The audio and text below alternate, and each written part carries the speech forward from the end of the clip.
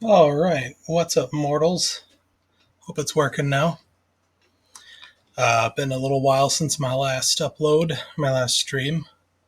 This is Nate Reads the Classics. My name is Nate. I am a fantasy author, and I use, as you can see on the screen there, this stream is brought to you by Withered Kingdom, a book I wrote, fantasy novel about an angel who has forgotten all memories of his past life, and his the world that he wakes up on is a medieval world that's wrapped up in a magical war, and the only way that he can learn anything about his past and understand the destiny of his future is to fight through this war and make any connections that he can at the risk of uh, the toil of battle. Um, I probably should have done some vocal warm ups or something. Remember that I'm going to be recording all of this. I'm not sponsored by my cup. Don't look at it. But yeah, um, this is going to be part 4 of me reading 20,000 Leagues Under the Sea by Jules Verne. I have read up to chapter 12 so far. Yeah, my last stream I read chapters 10, 11, and 12. This is the first time I've read through this book. I've never read it before. I have a very vague idea of how the whole how the story works, just in knowing who Captain Nemo is and knowing about journeying under the sea, obviously, from the name. So reading this is all pretty much new to me. I had no idea how the book started, and I've been enjoying it a lot so far, and hopefully you will as well. This is definitely a public domain book. I believe it was published in the very late 1800s, 1880s or 1890s. I would have to look that back up somewhere, but I'm not going to move my browser because that's how you're seeing the actual text here. I'm reading off of Gutenberg.org, which is a free site where a lot of public domain books are hosted. So you can read them completely for free because no one holds copyright over it anymore, and it belongs to the people. So, yeah, again, this is chapter 13, as you can see. I hope my audio is coming through. I was wondering if I might be experiencing some technical difficulties. So your chat will not show up on the screen, but I will see your chat myself, and I can respond to you if you do have any questions or anything like that to address it. But I'll get started right away. Chapter 13, The Black River. The portion of the terrestrial globe which is covered by water is estimated at upwards of 80 millions of acres. This fluid mass comprises 2,250 millions of cubic miles, forming a spherical body of a diameter of 60 leagues, the weight of which would be 3 quintillions of tons. To comprehend the meaning of these figures, it is necessary to observe that a quintillion is to a billion as a billion is to a unity. In other words, there are as many billions in a quintillion as there are units in a billion. This mass of fluid is equal to about the quantity of water which would be discharged by all the rivers of the earth in 40,000 years. During the geological epochs, the ocean originally prevailed everywhere. Then, by degrees, in the Silurian period, the tops of the mountains began to appear. The islands emerged and disappeared in the partial deluges, reappeared, then settled, formed continents, till at length the earth became geographically arranged, as we see in the present day. The solid had wrestled from the liquid 30 rested, sorry, the solid had wrested from the liquid 37,657 square miles, equal to 12,960,000,000 of acres. The shape of continents allows for us to divide the waters into 5 great portions: the Arctic or frozen ocean, the Atlantic or frozen ocean, the Indian, the Atlantic, and the Pacific Oceans. The Pacific Ocean extends from north to south between the 2 polar circles, and from east to west between Asia and America, over an extent of 145 degrees of longitude. It is the quietest of seas, Its currents are broad and slow. It has medium tides and abundant rain. Such was the ocean that my fate destined me first to travel over under these strange conditions. Sir, said Captain Nemo, we will, if you please, take our bearings and fix the starting point of this voyage. It is 11:45. I will go up again to the surface.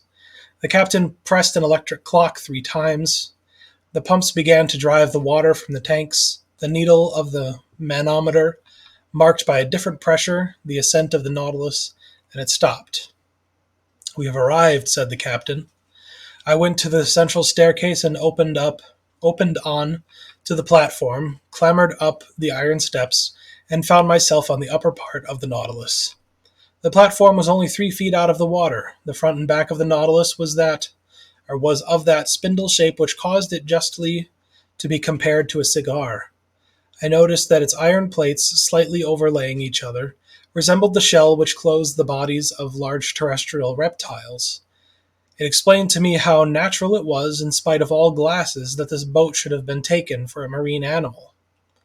Toward the middle of the platform, the longboat, half buried in the hull of the vessel, formed a slight excrescence. Fore and aft rose 2 cages of medium height with inclined sides, and partly closed by thick lenticular glasses, one destined for the steersman who directed the Nautilus, the other containing a brilliant lantern to give light on the road. The sea was beautiful, the sky pure. Scarcely could the long vehicle feel the broad undulations of the ocean. A light breeze from the east rippled the surface of the waters. The horizon, free from fog, made observation easy. Nothing was in sight. Not a quicksand, not an island, a vast desert. Captain Nemo, by the help of his sextant, took the altitude of the sun, which ought also to give the latitude. We waited for some moments till its disk touched the horizon. Thanks for joining. Touched the horizon. Whilst taking observations, not a muscle moved. The instrument could not have been more motionless in a hand of marble. 12 o'clock, sir, said he. When you like. I cast a last look upon the sea, slowly yellowed by the Japanese coast, and descended to the saloon. And now, sir, I leave you to your studies, added the captain. Our course is ENE, east-northeast, I believe that means. Our depth is 26 fathoms. Here are maps on a large scale by which you may follow it. The saloon is at your disposal, and, with your permission, I will retire. Captain Nemo bowed and remained alone, lost in thoughts all bearing on the commander of the Nautilus. For a whole hour was I deep in these reflections, seeking to pierce this mystery so interesting to me. Then my eyes fell upon the vast planisphere spread upon the table, and I placed my finger on the very spot where the given latitude and longitude crossed. The sea has its large rivers like the continents. They are special currents known by their temperature and their color. The most remarkable of these is known by the name of the Gulf Stream. Science has decided on the globe the direction of 5 principal currents, one in the North Atlantic, a second in the South, a third in the North Pacific, a fourth in the South, and a fifth in the Southern Indian Ocean. It is even probable that the 6th current existed at one time or another in the Northern Indian Ocean, when the Caspian and Aral seas formed but one vast sheet of water. At this point, indicated on the planisphere, one of these currents was rolling. The Kuroskivo of the Japanese, the Black River, which, leaving the Gulf of Bengal, where it is warmed by the perpendicular rays of a tropical sun, crosses the Straits of Malacca along the coast of Asia, turns into the North Pacific to the Aleutian Islands, carrying with it trunks of camphor trees and other indigenous productions, and edging the waves of the ocean with the pure indigo of its warm water. It was this current that the Nautilus was to follow. I followed it with my eye, saw it lose itself in the vastness of the Pacific, and felt myself drawn with it, when Ned Land and Conseil appeared at the door of the saloon. My 2 brave companions remained petrified at the sight of the wonders spread before them. "Where are we? Where are we?" exclaimed the Canadian. "In the museum at Quebec?" "My friends," I answered, making a sign for them to enter, You are not in Canada, but on board the Nautilus, 50 yards below the level of the sea. But Aronnax, said Ned Land, can you tell me how many men there are on board? 10, 20, 50, 100? I cannot answer you, Mr. Land. It is better to abandon for a time all idea of seizing the Nautilus or escaping from it. This ship is a masterpiece of modern industry, and it should be sorry not to have. I should be sorry not to have seen it. Many people would accept the situation forced upon us, if only to move amongst such wonders. So be quiet, and let us try to see what passes around us. See, exclaimed the harpooner, but we can see nothing in this iron prison. We are walking, we are sailing, blindly. Ned Land had scarcely pronounced these words when all was suddenly darkness. The luminous ceiling was gone, and so rapidly that my eyes received a painful impression. We remained mute, not stirring, and not knowing what surprise awaited us, whether agreeable or disagreeable. A sliding noise was heard, one that would have said that panels were working at the sides of the Nautilus. It is the end of the end, said Ned Land. Suddenly light broke at each side of the saloon through two oblong openings. The liquid mass appeared vividly lit up by the electric gleam. Two crystal plates separated us from the sea. At first I troubled at the thought that this frail partition might break, but strong bands of copper bound them, giving an almost infinite power of resistance. The sea was distinctly visible for a mile, all around the Nautilus. What a spectacle! What pen can describe it? Who could paint the effects of the light through those transparent sheets of water, and the softness of the successive gradations from the lower to the superior strata of the ocean? We know the transparency of the sea, and that its clearness is far beyond that of rock water. The mineral and organic substances which it holds in suspension heightens its transparency. In certain parts of the ocean at the Antilles, under 75 fathoms of water, can be seen with surprising clearness a bed of sand.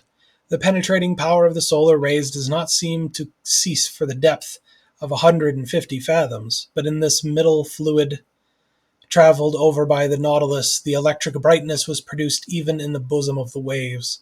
It was no longer luminous water, but liquid light. On each side a window opened into this unexplored abyss. The obscurity of the saloon slowed to advantage the brightness outside, and we looked out as if this pure crystal had been the glass of an immense aquarium. You wished to see, friend Ned. Well, you see now. Curious, curious, muttered the Canadian, who, forgetting his ill temper, seemed to submit to some irresistible attraction. And one would come further than this to admire such a sight. Ah, thought I to myself, I understand the life of this man. He has made a world apart for himself, in which he treasures all his greatest wonders. For 2 whole hours an aquatic army escorted the Nautilus. During their games, their bounds, while rivaling each other in brightness and velocity, I distinguished the green labra? Labor? I don't know. The banded mullet, marked by a double line of black, the round-tailed goby, of a white color, with violet spots on the back, the Japanese scombrus, a beautiful mackerel of the seas, with a blue body and silvery head, the brilliant azurors, whose name alone defies description, some banded spares with variegated fins of blue and yellow, the woodcocks of the seas, some specimens of which attain a yard in length, Japanese salamanders, spider lampreys, serpents 6 feet long with eyes small and lively, and a huge mouth bristling with teeth, and many other species. Our imagination was kept at its height. Interjections followed quickly on each other. Ned named the fish, and Conseil classed them. I was in ecstasies with the vivacity of the movements and the beauty of their forms. Never had it been given to me to surprise these animals, alive and at liberty, in their natural element. I will not mention all the varieties which passed before my dazzled eyes, at the collection of the seas of China and Japan. These fish, more numerous than the birds of the air, came, attracted no doubt by the brilliant focus of the electric light. Suddenly there was daylight in the saloon. The iron panels closed again, and the enchanting vision disappeared. But for a long time I dreamt on, till my eyes fell on the instruments hanging on the partition. The compass still showed the course to be east-northeast. The manometer indicated a pressure of 5 atmospheres, equivalent to a depth of 25 fathoms, and the electric log gave a speed of 15 miles an hour. I expected Captain Nemo, but he did not appear. The clock marked the hour of 5. Ned Land and Conseil returned to their cabin, and I retired to my chamber. My dinner was ready. It was composed of turtle soup, made of the most delicate hawk's bills, of a surmullet served with puff paste, the liver of which, prepared by itself, was most delicious, the fillets of the Emperor Holocanthus, the savor of which seemed to me superior even to salmon. I passed the evening reading, writing, and thinking. Then sleep overpowered me, and I stretched myself on the couch of Zostera and slept profoundly, whilst the Nautilus was gliding rapidly through the current of the Black River. So, some thoughts I have. This is very similar to Dune, not in the fact that it's about water, because Dune is about as far as you can get from water in a book, or an ocean anyway. Water is very important in Dune because it's a whole planet that is a massive desert, but the mixture of scientific language and meaning and the very opposite feeling imagery. The strength of the imagery in this book is a lot more, vivid, stronger, more descriptive and imaginative than I would have imagined. And that's consistent. That's not just this chapter. That's what I feel like we've been encountering since the very first chapter. It's Jules Verne knew how to paint a picture in your head, and that's something I really appreciate and strive for in my own writing. That's a good segue to my self-advertisement that I do between every chapter. Nate Reads the Classics is brought to you by my fantasy novel, Withered Kingdom, which you can buy on Amazon right now in 3 formats. That's Kindle ebook, hardcover, and softcover. Hardcover is brand new. It contains some changes that were not present in the softcover version, including drop caps, a bit of stylization to the chapter headings, and some punctuation corrections, that because I'm a self-published author, and as such, there were some mistakes in there before. I don't really have the money to hire a professional editor. I'm kind of a self-editor, and I've spent enough time with the book that I at least have a little more objectivity about it than other people who might have written a book and in 1 year published it after finishing. But yes, Withered Kingdom is my fantasy novel. It is about an angel who has forgotten all memories of his past. He finds himself on a different planet than he's ever encountered, that is full of magic and a war, and a lot more than he could have ever bargained for. He doesn't even know why he's there, and the only way he can figure it out is by bonding with people who have a way for him to connect with memories of his past. I like to describe it as the world of Lord of the Rings with a magic system like Avatar: The Last Airbender, and a plot kind of like The Bourne Identity with the whole amnesia element. There's a sequel coming very soon to this book, and that will kind of take the plot in a bit of an angle from how I described it, but at least for this book, it's about 60,000 words. It is a full novel, a little longer than The Hobbit. Maybe not. It's longer than The Lion, the Witch, and the Wardrobe, if I remember, or at least longer than The Magician's Nephew. I think The Hobbit is still a little longer, and the book coming after is about twice as long as Withered Kingdom, just as I've been editing it so far. But yeah, if you are enjoying Nate Reads the Classics, you could do a huge act of support for this live stream here on Twitch and for my own writing by heading over to Amazon and searching Withered Kingdom. And that way you can buy either the Kindle or the paperback or the hardcover or all three if you're really awesome. You can also visit my blog at phyronianchronicle.com. Let's see if I can mentally spell it right for you. That's PHYRONIANCHRONICLE.com, phyronianchronicle.com. That is the home of my blog. There are plenty of links to where to buy my book on there as well.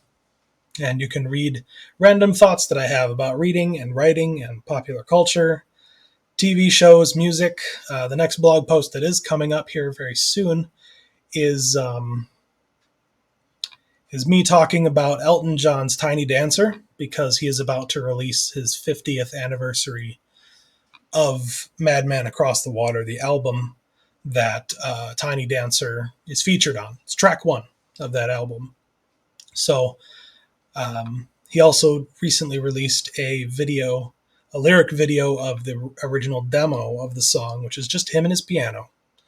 It might even just be one microphone recording the whole thing. It definitely sounds different, but it's still the same song. Slightly different lyrics, some other changes. You can read more of my thoughts about it and my opinion on Elton John as a whole by visiting my blog. Again, that's phyronianchronicle.com, PHYRONIANCHRONICLE.com. I'm going to take another sip of water here, and then I will proceed on to chapter 14. Chapter 14, A Note of Invitation. The next day was the 9th of November. I awoke after a long sleep of 12 hours. Conseil came, according to custom, to know how I passed the night, and to offer his services. He had left his friend, the Canadian, sleeping like a man who had never done anything else all his life. I let the worthy fellow chatter as he pleased, without caring to answer him. I was preoccupied by the absence of the captain during our sitting of the day before, and hoping to see him today. As soon as I was dressed, I went into the saloon. It was deserted. I plunged into the study of the shell treasures hidden behind the glasses. The whole day passed without my being honored by a visit from Captain Nemo. The panels of the saloon did not open. Perhaps they did not wish us to tire of these beautiful things. The course of the Nautilus was east-northeast. Her speed 12 knots. The depth below the surface between 25 and 30 fathoms. The next day, 10th of November, the same desertion, the same solitude. I did not see one of the ship's crew. Ned and Conseil spent the greater part of the day with me. They were astonished at the puzzling absence of the captain. Was this singular man ill? Had he altered his intentions with regard to us? After all, as Conseil said, we enjoyed perfect liberty. We were delicately and abundantly fed. Our host kept to his terms of the treaty. We could not complain, and indeed the singularity of our fate reserved such wonderful compensation for us that we had no right to accuse it as yet. That day I commenced the journal of these adventures, which has enabled me to relate them with most scrupulous exactitude and minute detail. 11th November, early in the morning, the flush air spreading over the interior of the Nautilus told me that we had come to the surface of the ocean to renew our supply of oxygen. I directed my steps to the central staircase and mounted the platform. It was 6 o'clock. The weather was cloudy, the sky gray, but calm. Scarcely a billow. Captain Nemo, whom I hoped to meet, would he be there? I saw no one but the steersman imprisoned in his glass cage, seated upon the projection formed by the hull of the pinnacle. Yes. Pinnace. Pinnace? Pinnace? I don't know how to say that. Nautical term I just don't know. I inhaled the salt breeze with delight. By degrees, the fog disappeared under the action of the sky's rays. The radiant orb rose from behind the eastern horizon. The sea flamed under its glance like a train of gunpowder. The clouds scattered in the heights were colored with lively tints and beautiful shades, and numerous mare's tails, which betokened wind for that day. But what was wind to this Nautilus, with which tempests could not frighten? I was admiring the joyous rising of the sun, so gay and so life-giving, when I heard steps approaching the platform. I was prepared to salute Captain Nemo, but it was his second, whom I had already seen on the captain's first visit, who appeared. He advanced on the platform, not seeming to see me. With his powerful glass to his eye, he scanned about every point of the horizon with great attention. This exclamation over, he approached the panel and pronounced a sentence in exactly these terms. I have remembered it, for every morning it was repeated under exactly the same conditions. It was thus worded: Nautron respok lorni verk. What it meant I could not say. Same. These words pronounced, the second descended. I thought that the Nautilus was about to return to its submarine navigation. I regained the panel and returned to my chamber. 5 days sped thus, without any change in our situation. Every morning I mounted the platform. The same phrase was pronounced by the same individual, but Captain Nemo did not appear. I had made my mind that I should never see him again. Then, on the 16th November, I returned to my room with Ned and Conseil. I found upon my table a note addressed to me. I opened it impatiently. It was written in a bold, clear hand, the characters rather pointed, recalling the German type. The note was worded as follows: To Professor Aronnax, on board the Nautilus, 16th of November, 1867. Captain Nemo invites Professor Aronnax to a hunting party, which will take place tomorrow morning in the forests of the island of Crespo. He hopes that nothing will prevent the professor from being present, and he will with pleasure see him joined by his companions, Captain Nemo, commander of the Nautilus. A hunt! Exclaimed Ned. And in the forests of the island of Crespo, added Conseil. Oh, then the gentleman is going on terra firma, replied Ned Land. That seems to me to be clearly indicated, said I, reading the letter once more. Well, we must accept, said the Canadian, but once more on dry ground we shall know what to do.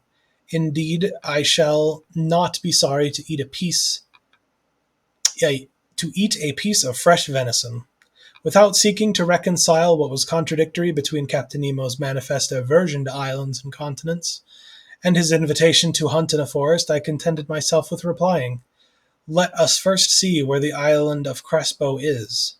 I consulted the planisphere, and in 32 degrees 40 north latitude and 157 degrees 50 west longitude, I found a small island, recognized in 1801 by Captain Crespo, and marked in the ancient Spanish maps as Roca de la Plata, the meaning of which is the Silver Rock.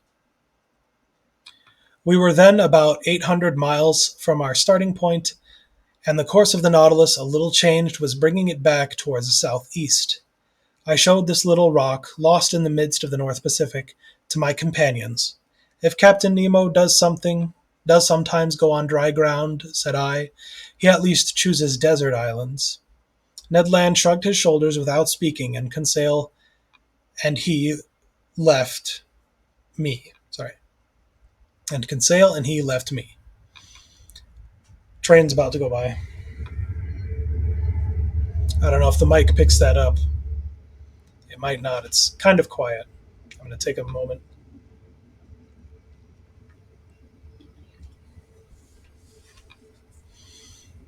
See where I was. Bringing this rock towards the southeast.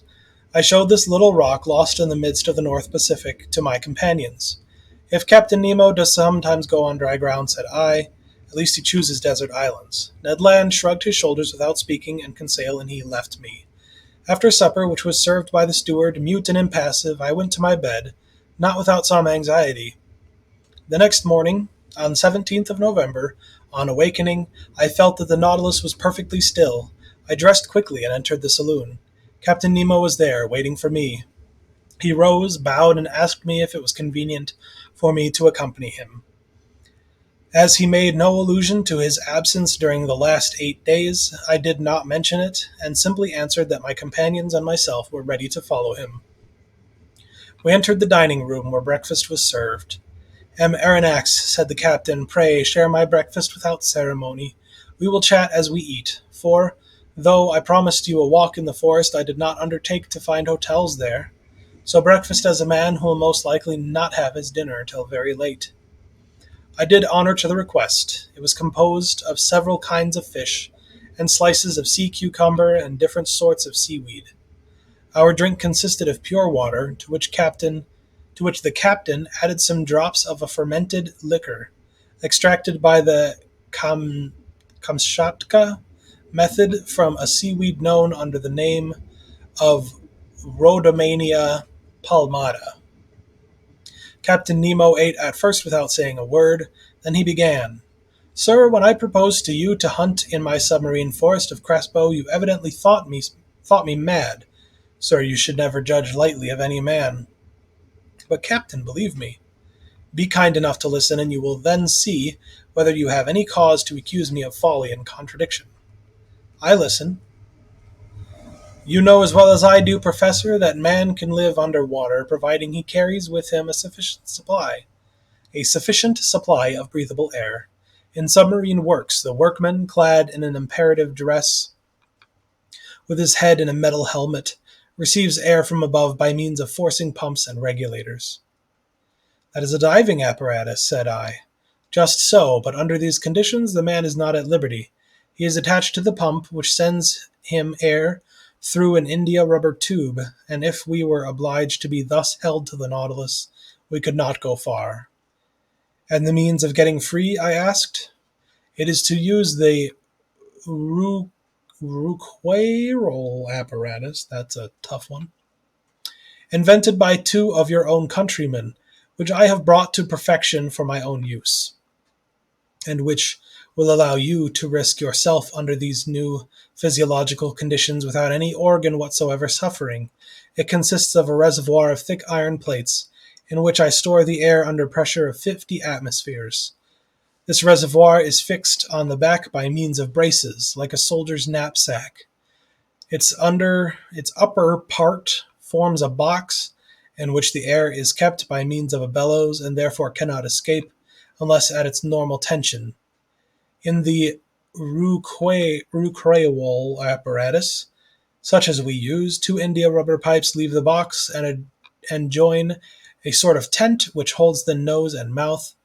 One is to introduce fresh water, the other to let out the foul, and the tongue closes one or the other according to the wants of the respirator. But I, in encountering great pressures at the bottom of the sea, was obliged to shut my head like that of a diver in a ball of copper.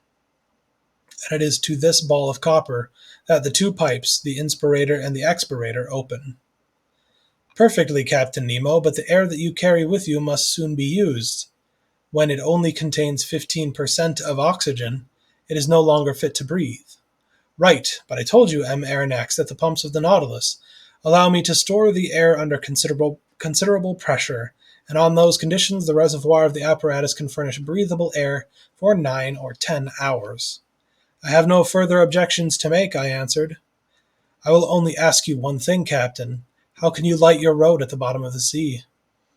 With the Ruhmkorff apparatus, Aronnax. One is carried on the back, the other is fastened to the waist. It is composed of a Bunsen pile, which I do not work with bichromate or potash, but with sodium. A wire is introduced which collects the electricity produced and directs it towards a particularly made lantern. In this lantern is a spiral glass which contains a small quantity of carbonic gas.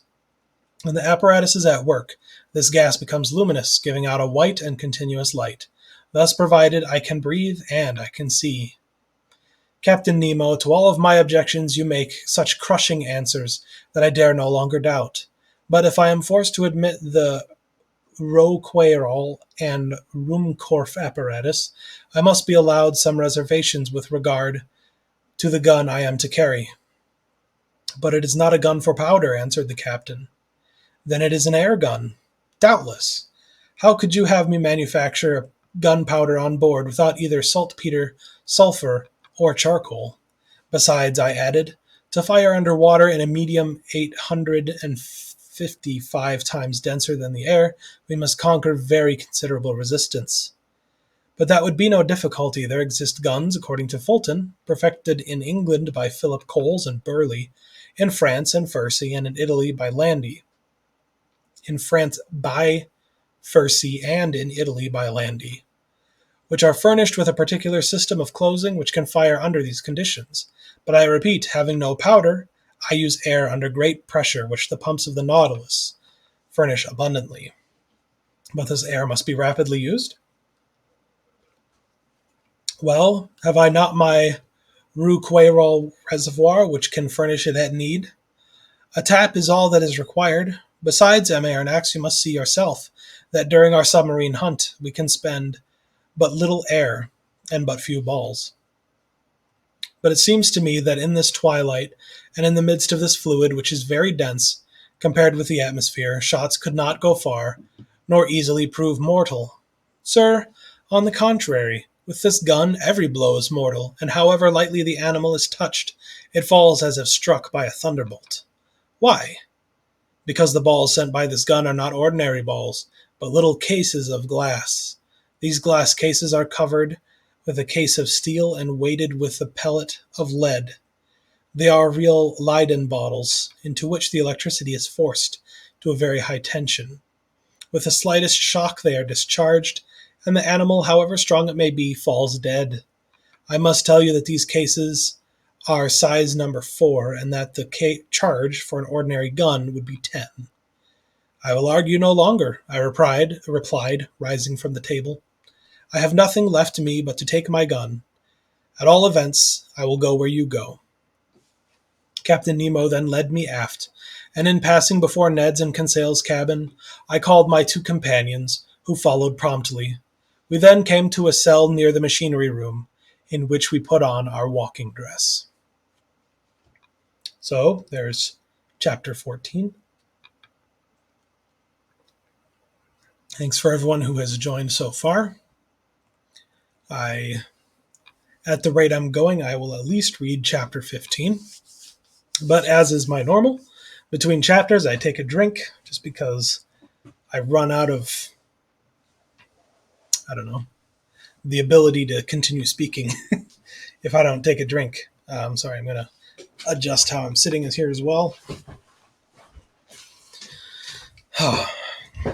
And do my regular self-promotion for my book. As you can see on your screen right now, this stream, Nate Reads the Classics, 20,000 Leagues Under the Sea by Jules Verne, is brought to you by Withered Kingdom, a fantasy novel I wrote that is available now on Amazon in 3 different formats: the Kindle ebook version, a paperback version, and a hardcover, which I just remembered I have one I can show. The first one's just arrived earlier this week.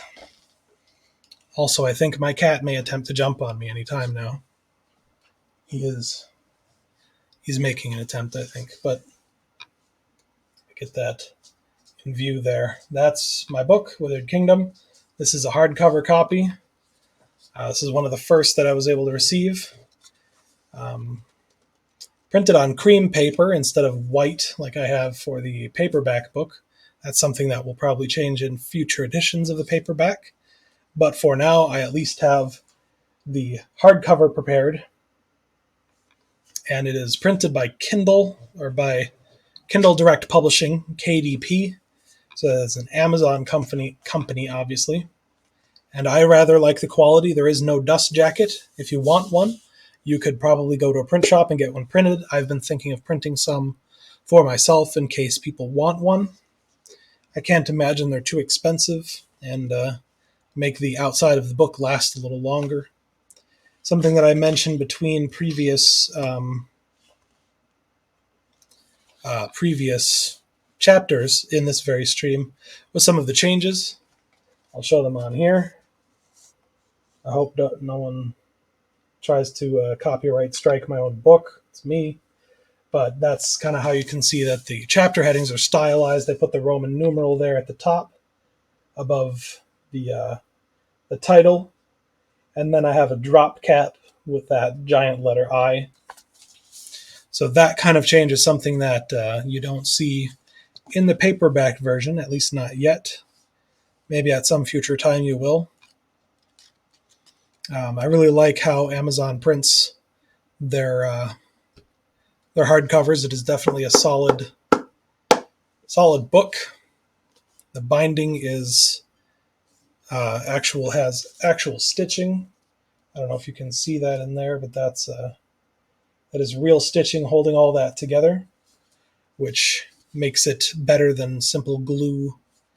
A lot of hardcover books that are printed on the cheap are printed with the same binding glue that you see in a paperback book. So I'm not going to show what book this is for fear of copyright issues, but you can see with a paperback book, you can easily get a solid flat bottom by simply gluing everything together. That's not my book. That's a different book. But some other companies that do self-publishing printing will make a hardcover book and still glue the binding, which doesn't make a lot of sense to me. If you're going to get a hardcover book and if you're going to pay the hardcover price, I feel like you deserve to get hardcover quality, including stitched binding. So knowing that this is stitched and feeling the quality of how thick and firm the binding is, the cover, I'm really glad that I decided to go with Amazon. I know there's a lot of people that have self-published novels through Ingram Spark, or who print through a company called Lulu.com. I have used Lulu. They're not a publisher in the sense that they do not publicize your book in any way. They do not offer any distribution. You can simply send, if you have a Word document with enough words in it, you can upload it to a file in Lulu.com and they will print it according to your instructions. So you can get a perfect bound or a hardcover book out of whatever. You don't need any other permissions. It's just they'll print stuff for you. Kind of like what you could do at a print shop, but more of a full production scale. A local print shop is probably going to do more of like a spiral bound, or where you get the plastic, there's like plastic coils on like a plastic spine that go through a bunch of holes on the side.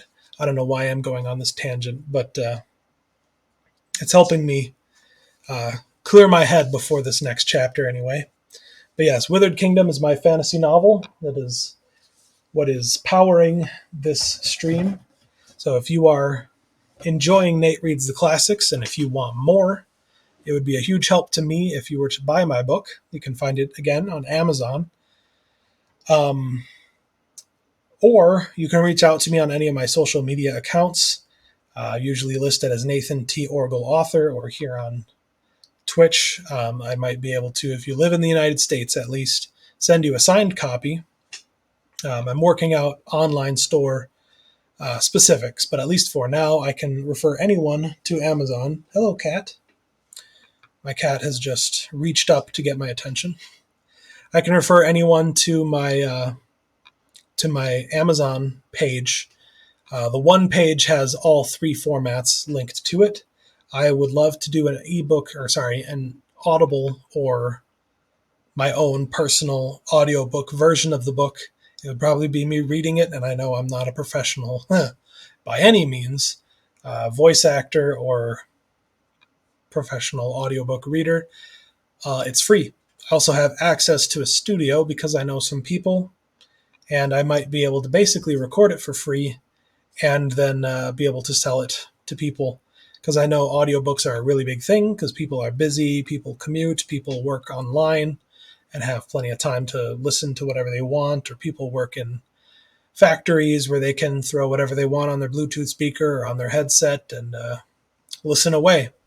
That would be a great way, I feel, for me to bring my book to the modern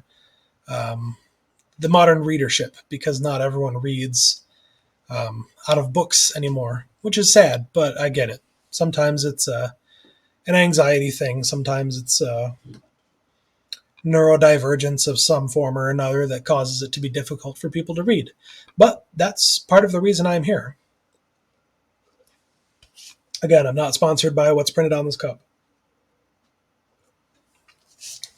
But I am brought to you by the magic of water, because water is necessary. Most of me is water, and my cat is annoying me by scratching my ottoman. Can you not do that?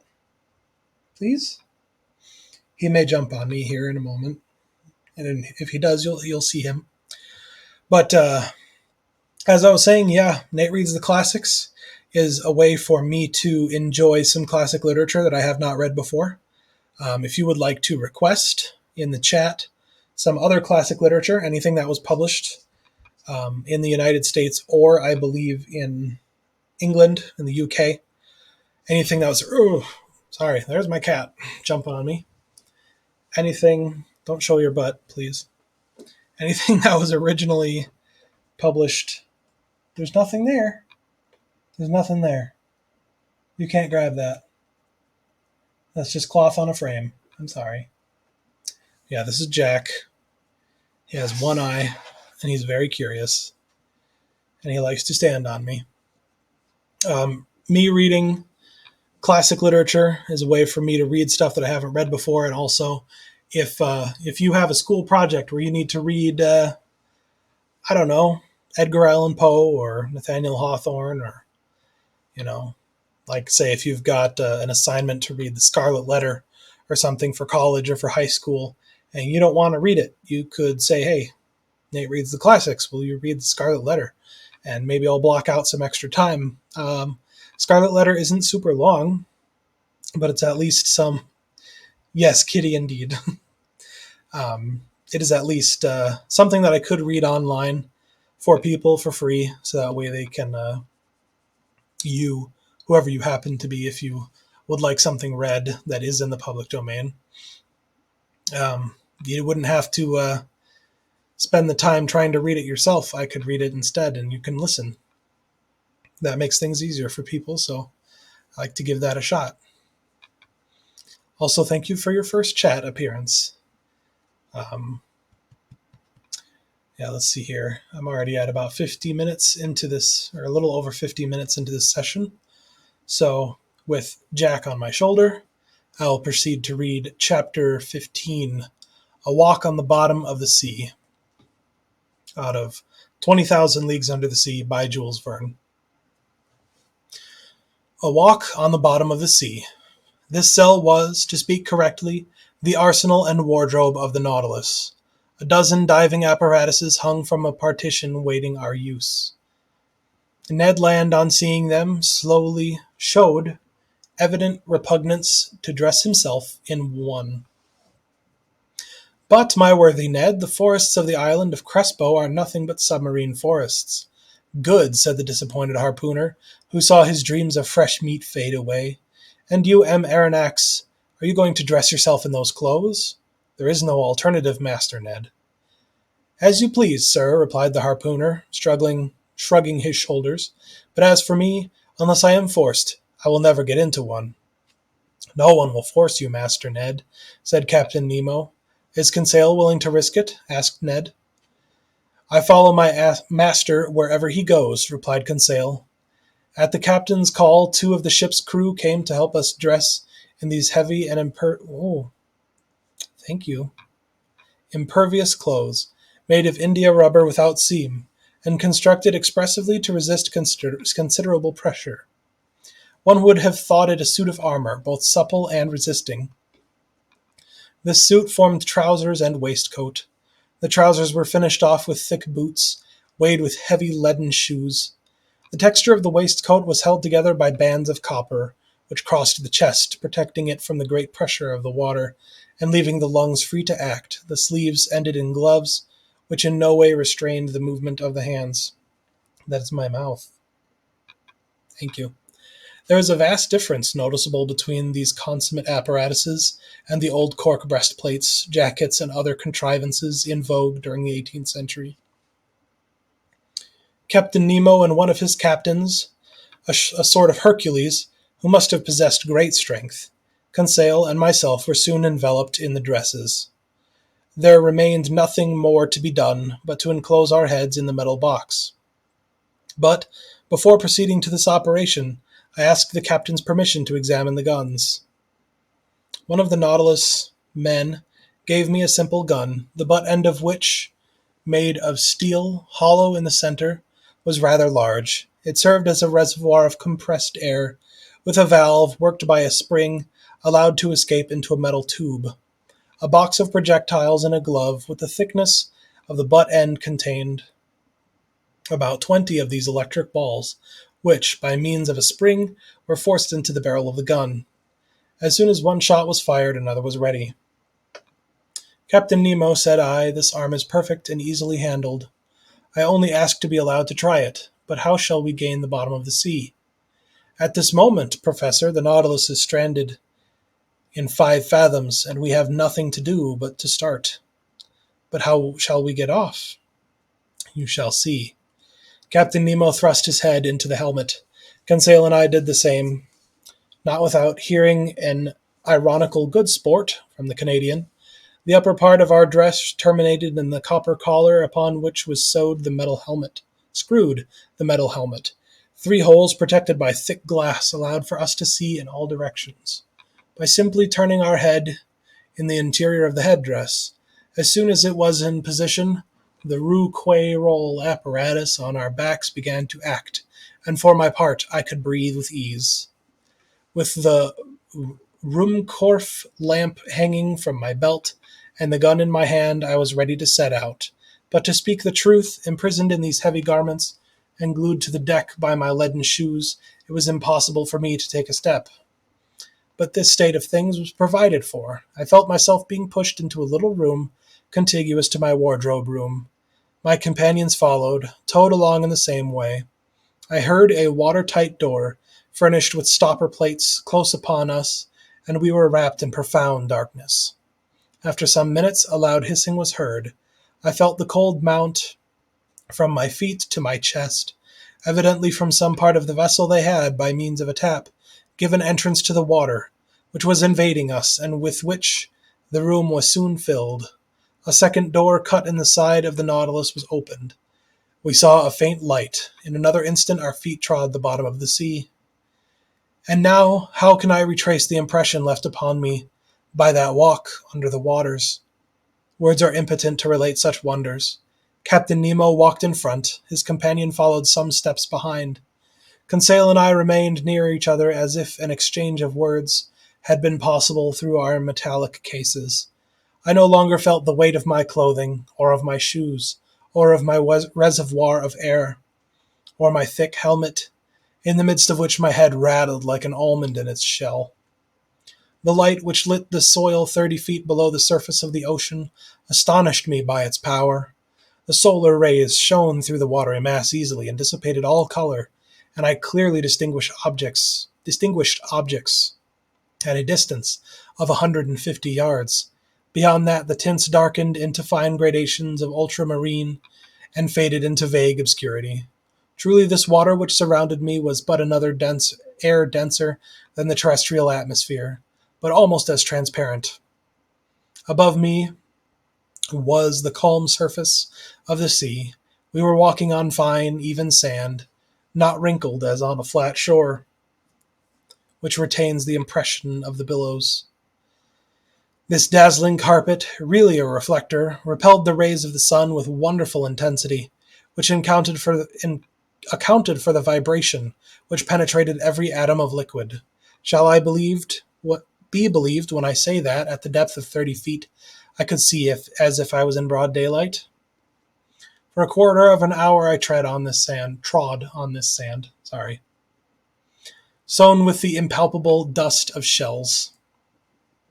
The hull of the Nautilus, resembling a long shoal, disappeared by degrees, but its lantern, when darkness should overtake us in the waters, would help to guide us on board by its distinct rays.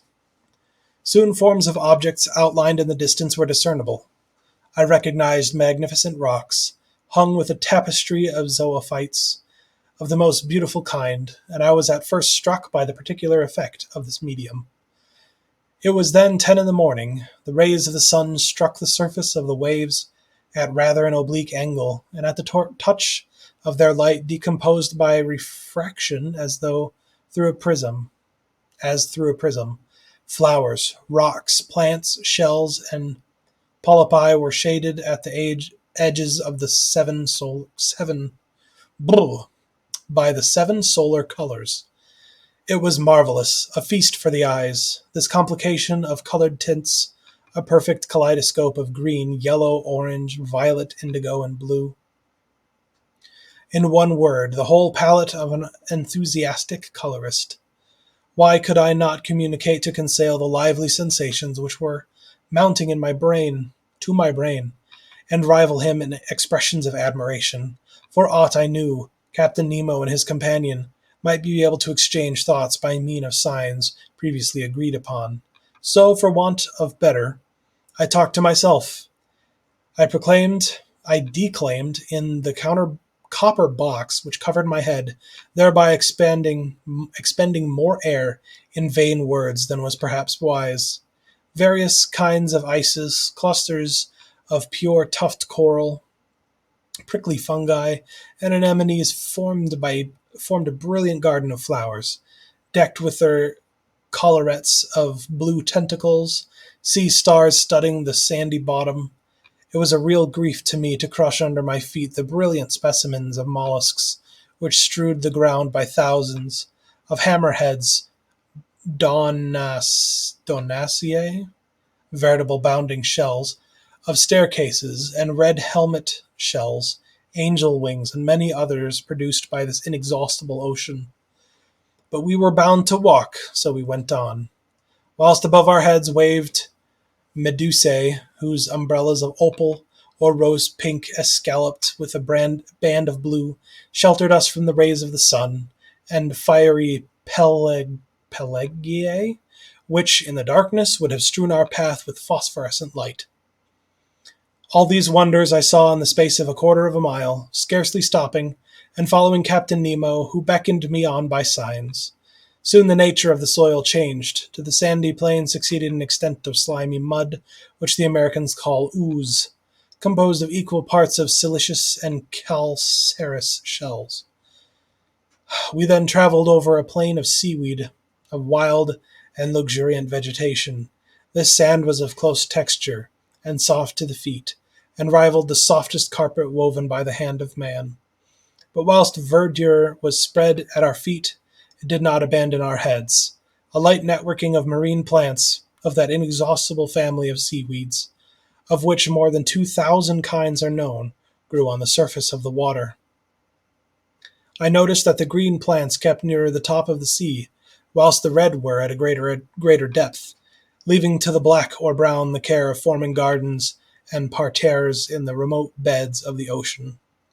We had quitted the Nautilus about an hour and a half. It was near noon. I knew by the perpendicularity of the sun's rays, which were no longer refracted. The magical colors disappeared by degrees, and the shades of emerald and sapphire were effaced. We walked with a regular step, which rang upon the ground with astonishing intensity. The slightest noise was transmitted with a quickness to which the ear was unaccustomed on the earth. Indeed, water is a better conductor of sound than air, in the ratio of 4 to 1.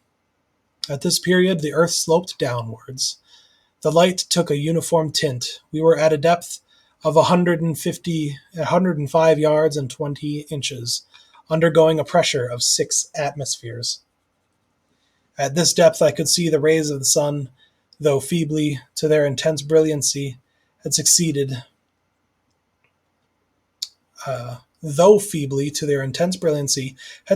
a reddish twilight, the lowest state between night and day, but we could still see well enough. It was not necessary to resort to the Ruhmkorff apparatus as yet, but this moment Captain Nemo stopped.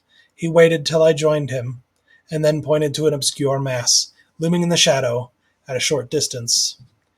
It is the forest of the island of Crespo, thought I, and I was not mistaken.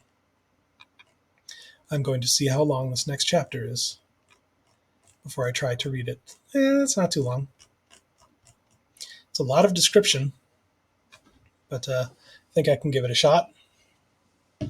and then I will call it after that. I'm not sponsored by any imagery or branding you see on my cup, but this live stream, or video on demand, as more people are probably exposed to it, is of Nate Reads the Classics, which is my Twitch streaming channel where I come on here and I read some classic literature for people to listen to, so that way they don't have to read it themselves. This is 20,000 Leagues Under the Sea.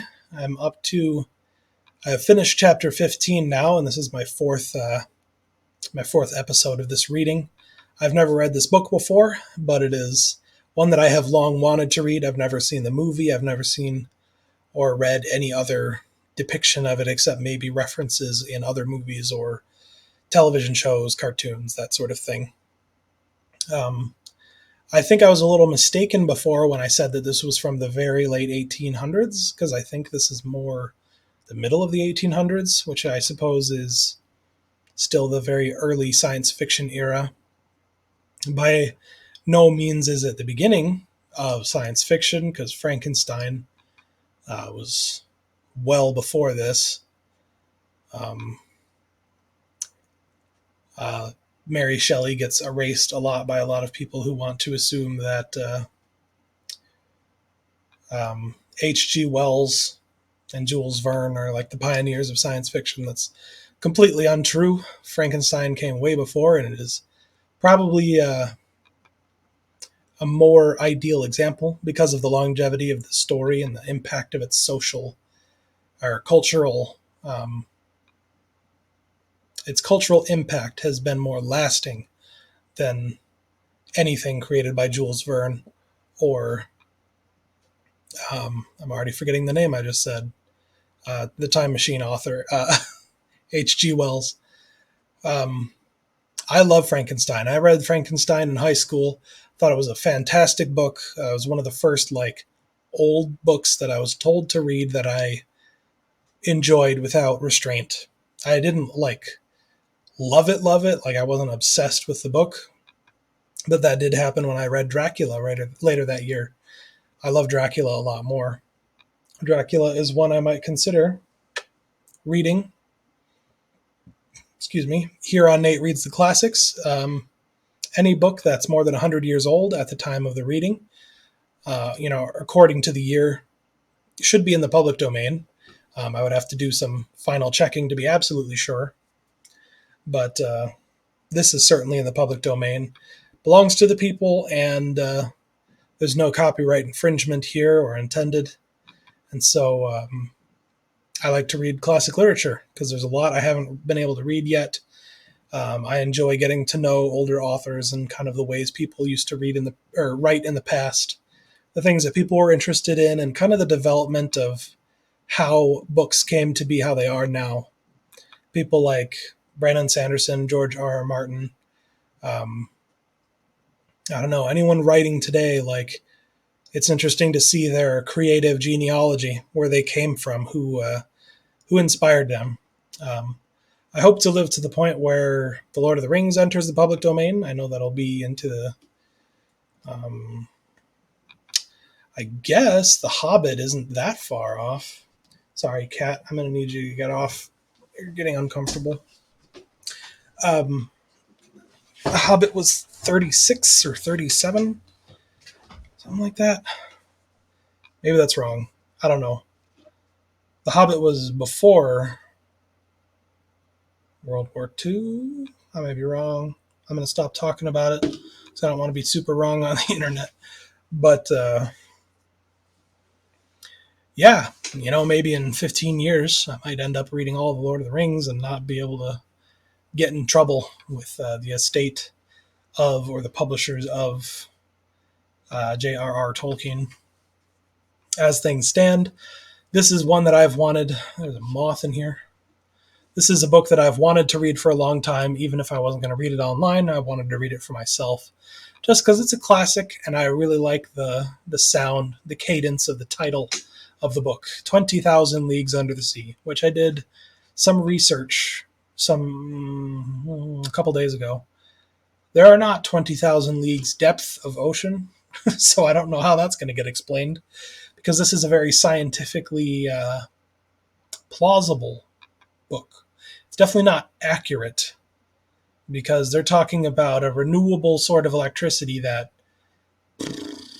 we probably won't ever see in our lifetimes, not just simply by having a big piece of metal in the water, in salt water. If I'm understanding what he was explaining in previous readings, it sounds like Captain Nemo is saying that the Nautilus is powered by the sodium in the water reacting with the machine itself.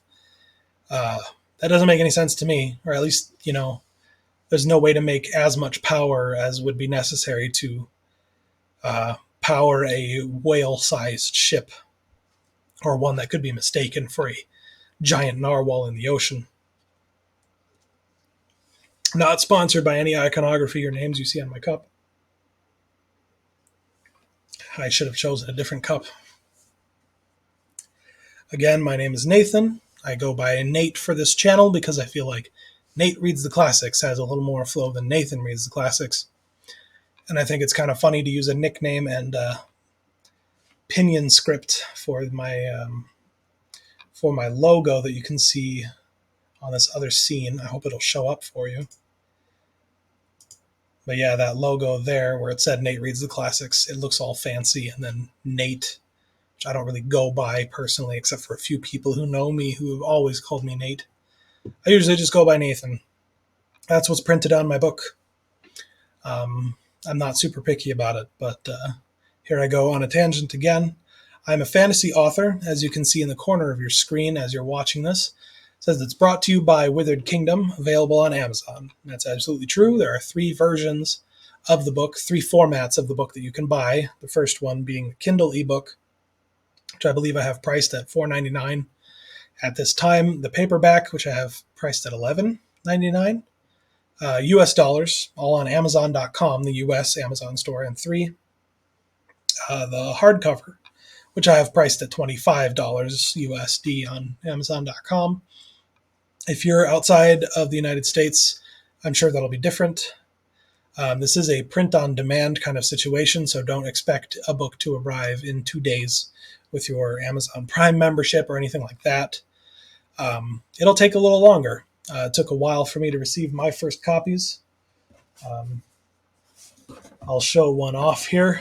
This is a copy of Withered Kingdom, one of the hardcovers, because I just barely got my first hardcovers. There you can see not as much as I'd hoped. I don't have a very good webcam. I want to get a better one soon, but I need to save up some money for that. But yeah, this is my fantasy novel, Withered Kingdom, which is a story of an angel who has forgotten his past life, an entire life that he spent, and all the connections that he made and all the people that he knew and the things that he learned are all gone from him. And he finds himself on a world that is locked in the throes of a magical war. And the only way that he can understand his past is to make connections with people that he knew from his prior life. And the only way he can do that is to come out of his shell, meet everyone that crosses his path, and find out who he can trust, especially in a world torn apart by a war with some conspiracy elements going on in there as well.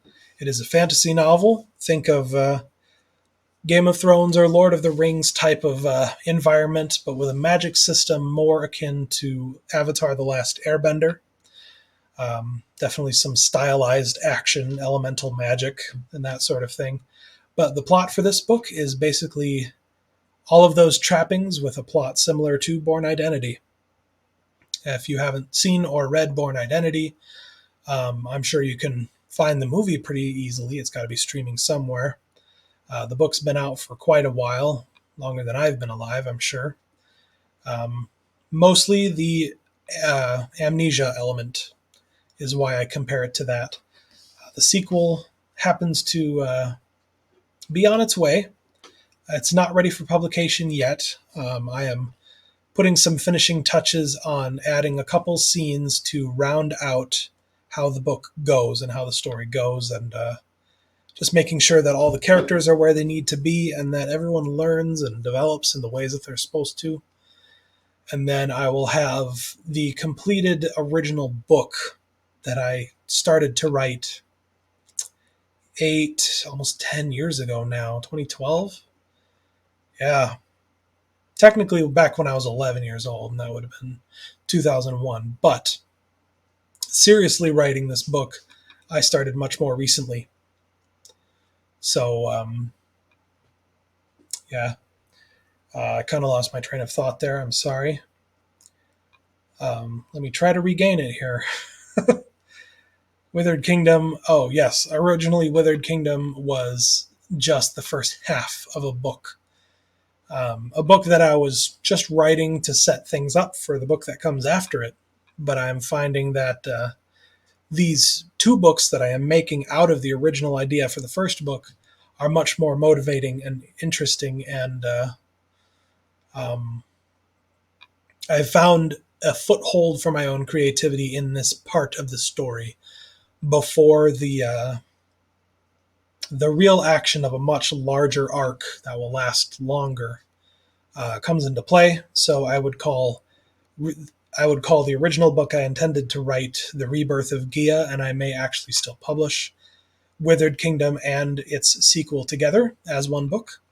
If I do, I'll be talking about that a lot on my blog and here on this live stream. If you want to visit my blog and have links to other videos of my streams or me reading from my Facebook Live, you can visit my blog at phyronianchronicle.com. That's PHYRONIANCHRONICLE.com. phyronianchronicle.com. I also post random stuff about music I like, video games, TV shows, movies, sorts of things like that. Streaming shows, definitely. I've been going through the Disney Plus Marvel shows that started with WandaVision, and I have written one for Loki, and I am in the process of preparing one for the Falcon and the Winter Soldier, which was one of my favorites. Not my favorite overall. Maybe it was my favorite overall. But anyway, I'll get to that. You'll see if you visit my blog at phyronianchronicle.com. If you'd like to support phyronianchronicle.com, go to any of the blog posts and you'll find a donation portion on most of those blog posts. Almost everything that I can think of from the last month should have a donation portion if you want to donate some cash to keep the blog running and to keep, to show your support overall. Kind of like a Patreon sort of thing. You can do recurring donations, or you can do one-time donations if you want. Even if it's just a couple bucks, that at least shows me that you're interested and shows me that someone is happening upon these and it's something useful for them. Hopefully I can add some level of pleasure and joy and fulfillment to your life. I know there's a lot of people going through a lot of really hard times right now. It feels like most of the whole world is. So hopefully this reading can be something that is a bright spot in your life. Or my book. If you would like to buy my book, that also is a huge, huge sign of support for me and my writing and for this live stream. I will continue to live stream advertising my book, but if you have anything that you would like to advertise here on this live stream, let me know and we'll see what we can do. I'm pretty new to this, as you can probably tell. I don't have a very good camera, and I'm experimenting with the scenes here in Twitch, so the setup looks nicer. It's a little more pleasant to watch. My cat is picking at things, so he might try to jump on me once again. But yeah, if you'd like to support Nate Reads the Classics, please read my blog, phyronianchronicle.com. Watch these and other of my live streams and video on demand. Every like, comment, subscribe, share, follow, every react, everything that you can do to show your support completely for free is a way for you to influence the Twitch or YouTube or Google algorithms to get my book and my blog and this live stream in front of more eyes. Give me more, not attention. I don't really care about attention, but I do care about being able to share some of the talents that I've been given with the rest of the world. And maybe someone out there is a college student or a high school student who doesn't want to have to read a piece of classic literature on their own, and maybe I can do that for you. And you can support me by liking and commenting and all of those things. Sorry, I need to move my cat.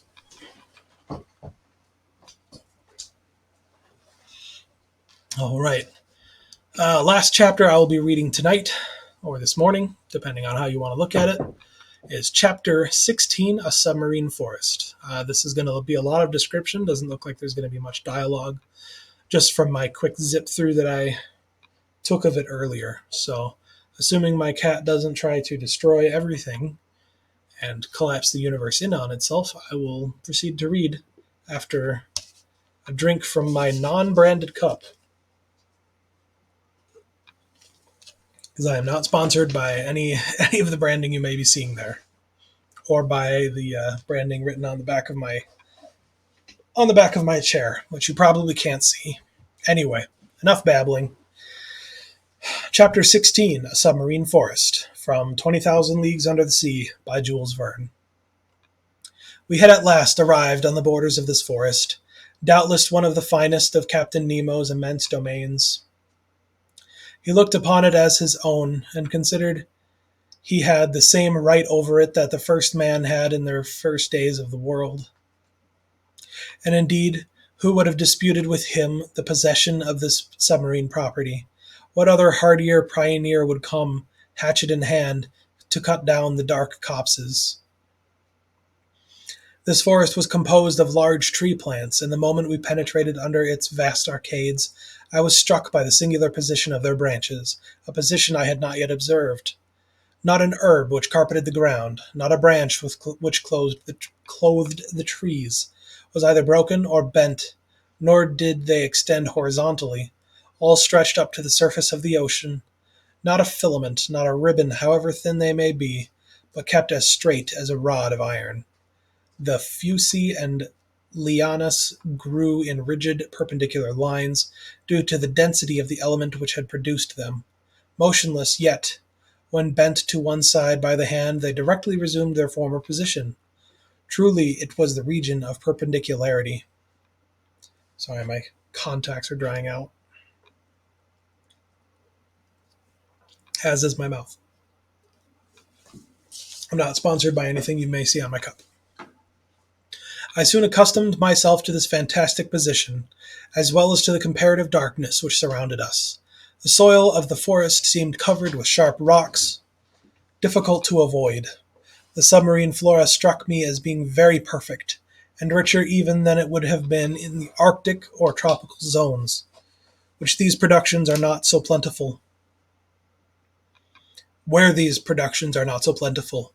But for some minutes I involuntarily confounded the genera, taking animals for plants, but who would not have been mistaken? The fauna and the flora are too closely allied in the submarine world. These plants are self-propagated, and the principle of their existence is in the water, which upholds and nourishes them. The greater number, instead of leaves, shoot forth blades of capricious shapes, comprised within a scale of colors: pink, carmine, green, olive, fawn, and brown. Curious anomaly, fantastic element, said an ingenious naturalist, in which the animal kingdom blossoms and the vegetable does not. In about an hour Captain Nemo gave the signal to halt. I, for my part, was not sorry, and we stretched ourselves under an ardour of alariae, the long thin blades of which stood up like arrows. This short rest seemed delicious to me. There was nothing wanting but the charm of conversation, but impossible to speak, impossible to answer. I only put my great copper head to Conseil's. I saw the worthy fellow's eyes glistening with delight, and to show his satisfaction he shook himself, in his breastplate of air, in the most comical way in the world. After 4 hours of us walking, I was surprised not to find myself dreadfully hungry.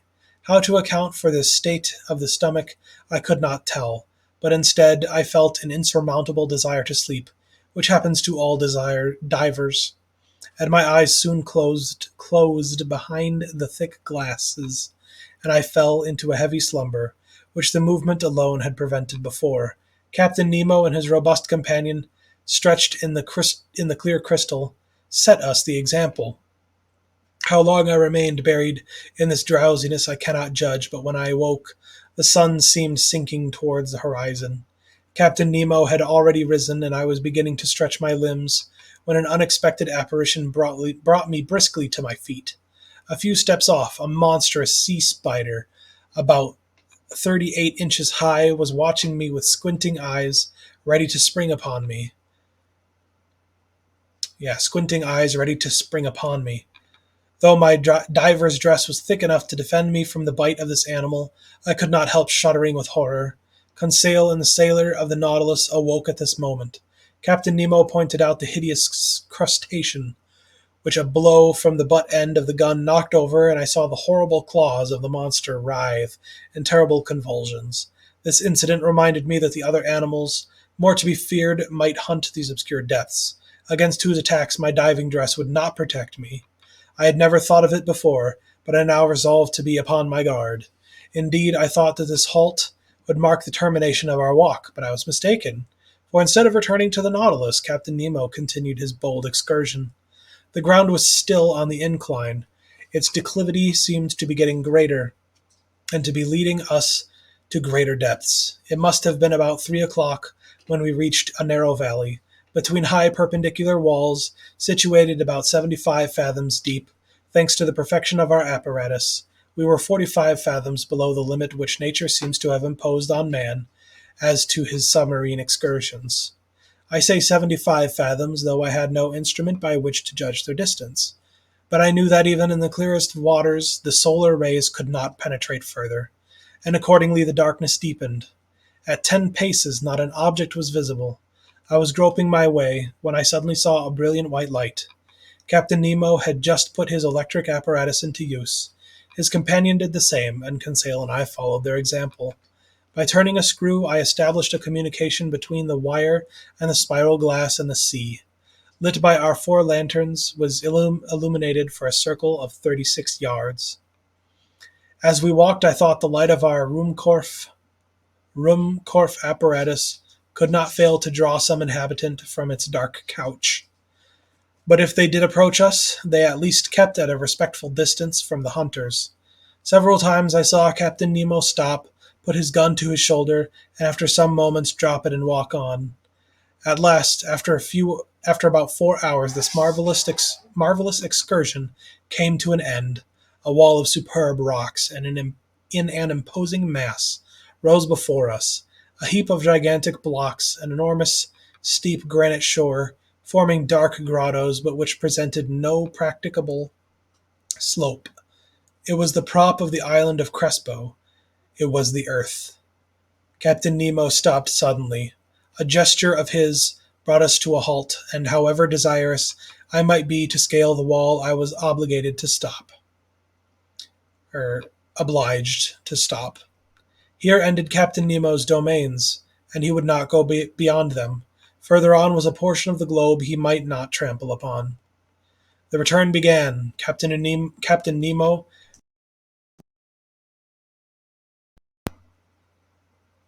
Whoops. I think I just had an issue there.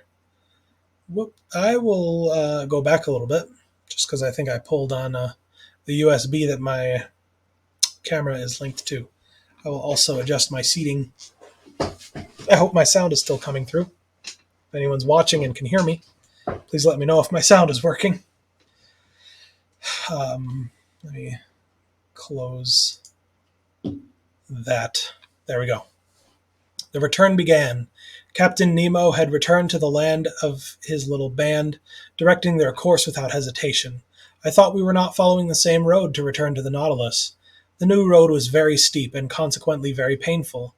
We approached the surface of the sea rapidly, but this return to the upper strata was not so sudden as to cause relief from the pressure too quickly, which might have produced serious disorder in our organization and brought on internal lesions so fatal to divers. Very soon light reappeared and grew, and the sun being low on the horizon, the refraction edged the different objects with a spectral ring. At 10 yards and a half deep, we walked amidst a shoal of little fishes of all kinds, more numerous than the birds of the air, and also more agile, but no aquatic game worthy of a shot had as yet met our gaze. When at that moment I saw the captain shoulder his gun quickly and follow a moving object into the shrubs. He fired. I heard a slight hissing, and a creature fell stunned at some distance from us. It was a magnificent sea otter, an enhydrus, the only exclusively marine quadruped.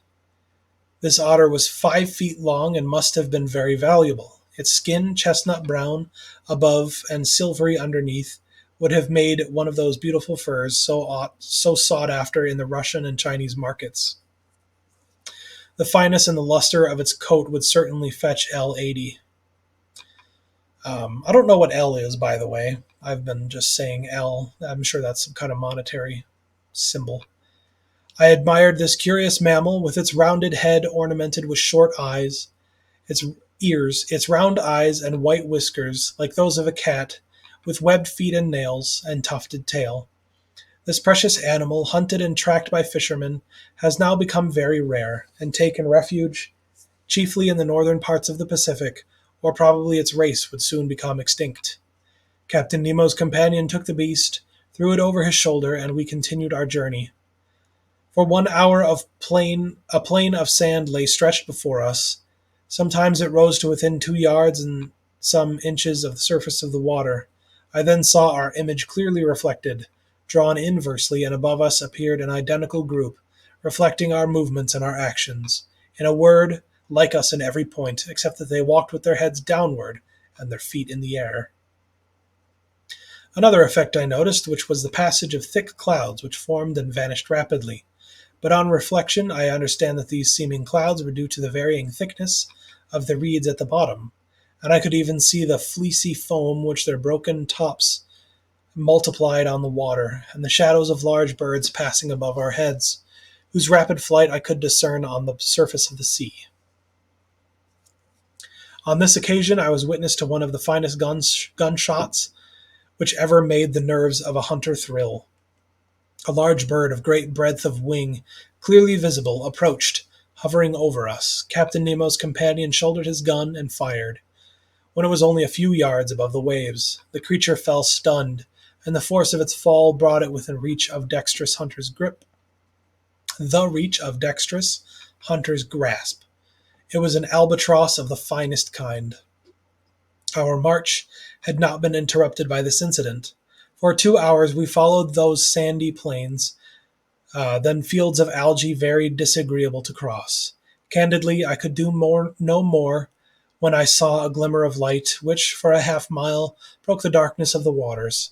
It was the lantern of the Nautilus. Before 20 minutes were over, we should be on board, and I should be able to breathe with ease, for it seemed that my reservoir supplied air very deficient in oxygen, but I did not reckon on an accidental meeting, which delayed our arrival for some time.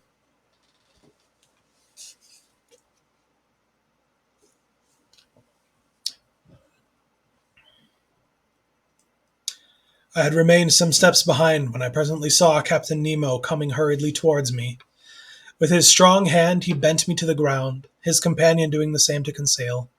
At first I knew not what to think of this sudden attack, but I was soon reassured by seeing the captain lie down beside me and remain immovable. I was stretched on the ground, just under the shelter of a bush of algae, when, raising my head, I saw some enormous mass, casting phosphorescent gleams, pass brushingly by. My blood froze in my veins as I recognized 2 formidable sharks which threatened us. It was a couple of tintorias, terrible creatures with enormous tails and a dull, glassy stare. The phosphorescent matter ejected from holes pierced around the muzzle. monstrous brutes, which would crush a whole man in their iron jaws. I did not know whether Conseil stopped to classify them. For my part, I noticed their silver bellies and their huge mouths bristling with teeth from a very unscientific point of view, and more as a possible victim than as a naturalist. Happily, the voracious creatures do not see well. They passed without seeing us, brushing us with their brownish fins, and we escaped by a miracle from a danger certainly greater than meeting a tiger full face in the forest. Half an hour later, guided by the electric light, we reached the Nautilus. The outside door had been left open, and Captain Nemo closed it as soon as we had entered the first cell. He then pressed a knob. I heard the pumps working in the midst of the vessel. I felt the water sinking from around me, and in a few moments the cell was entirely empty. The inside door then opened, and we entered the vestry. There our diving dress was taken off. Not without some trouble, and fairly worn out from want of food and sleep, I returned to my room, in greater wonder at the surprising excursion at the bottom of the sea. Whew. Quite a story. Looks like we're about to get into the real meat of things, judging by my the scroll bar on the side of my screen there. I don't know if that shows up very well on the stream, but this is a third of the way through the book, and I've gotten there in 4 streams. So I assume in another 8 we'll be done, especially if I make a more regular schedule about this. That's something I keep saying and not doing. But there's a lot of ups and downs in my life right now, and I'm trying to figure out how I can schedule something like that and make this a profitable venture that can benefit multiple people, not just myself.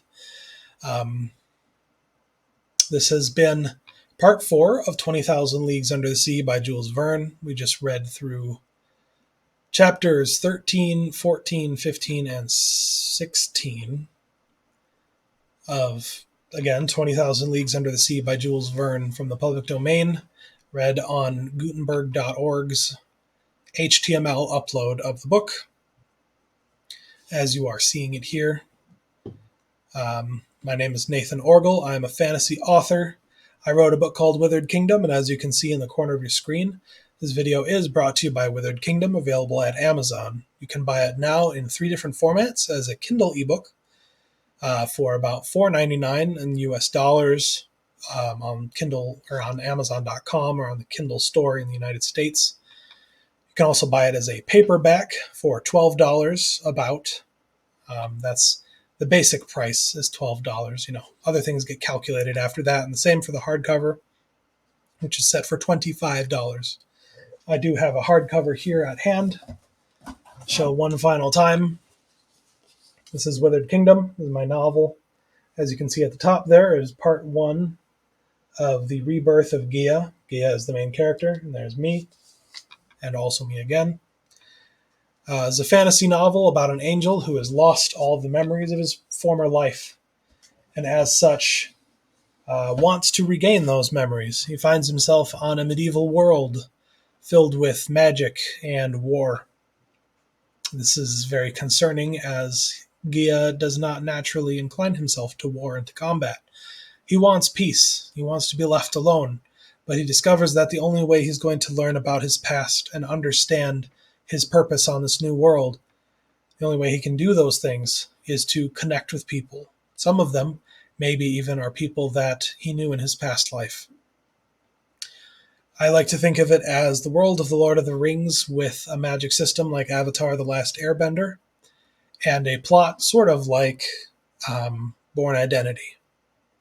Born Identity is not like a huge favorite of mine. It's not a huge influence on the book, but the amnesia element from the beginning of Born Identity does have some striking similarities to my book. I know amnesia is a pretty overused trope, but it works for the story. This is an angel on a different world than he has ever lived on before.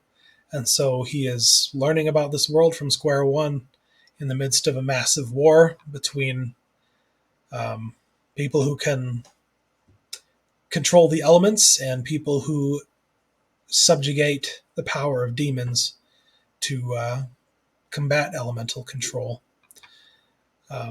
The story goes on with some elements of political intrigue and how do you say, like, conspiracies, but in a more medieval sense than a modern sense. I'm not sponsored by anything you may see on this cup. But you can buy my book now on Amazon, again, in those three formats: Kindle, ebook, paperback, and hardcover. You can support my Nate Reads the Classics, this Twitch stream, by every like, comment, subscribe, follow, everything that you can do, sharing it with your friends in any way that you can on your social media, any presence that you have, TikTok, Snapchat, Facebook, Reddit, who knows, whatever you got, everything you can do. Selling a book and selling an idea like this is best spread through word of mouth. So I kind of depend on other people's interest. So this is me advertising it through reading classic literature for free for people. Hopefully either a book you might want to read yourself at some point, or maybe a book you don't want to read, and that's why you'd rather listen to someone else read it. 20,000 Leagues Under the Sea is turning out to be a really enjoyable book for me. I do plan to read it all the way through to the end, and then I'll move on to maybe something from Nathaniel Hawthorne or Herman Melville. Those are some authors that I already like a lot of their stuff. But as things go today, I have been streaming for an hour and 40 minutes, and I'm kind of new to streaming, so my mouth gets dry, and I stream late at night. So I am going to call it quits here. I will continue whenever I do this next with chapter, let's see, Roman numerals, 10, 5, 6, 7, chapter 17 next time on Nate Reads the Classics. But for now, good evening or morning whenever you're watching this video on demand.